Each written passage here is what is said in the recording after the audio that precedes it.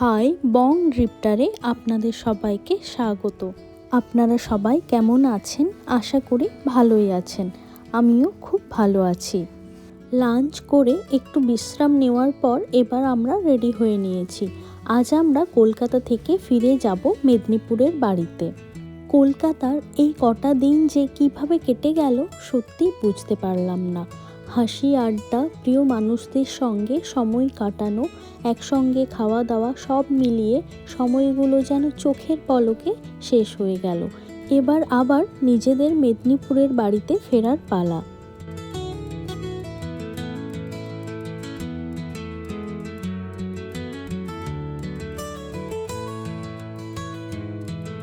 আসার সময় যেমন একটা আলাদা আনন্দ থাকে, তেমনি ফেরার সময় মনটার মধ্যে একটা অদ্ভুত টান অনুভব হয়।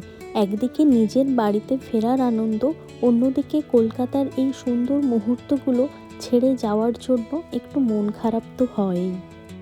তবে একেবারে টানা বাড়ি ফিরছি না। মাঝপথে কোলাঘাটে একটু দাঁড়াবো, সেখানে চা আর হালকা টিফিন কিছু করে নেব, তারপর আবার বাড়ির পথে রওনা দেব।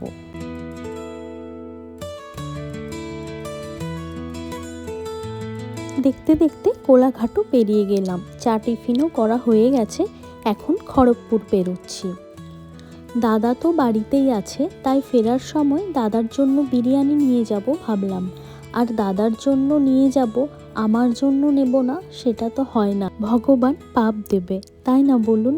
চলে এসেছি আমরা বিরিয়ানির দোকানে। এখানে হান্ডি মাটন বিরিয়ানিটা বেশ ভালো বানায়, তাই ভাবলাম এখান থেকেই বিরিয়ানি নিয়ে যাই।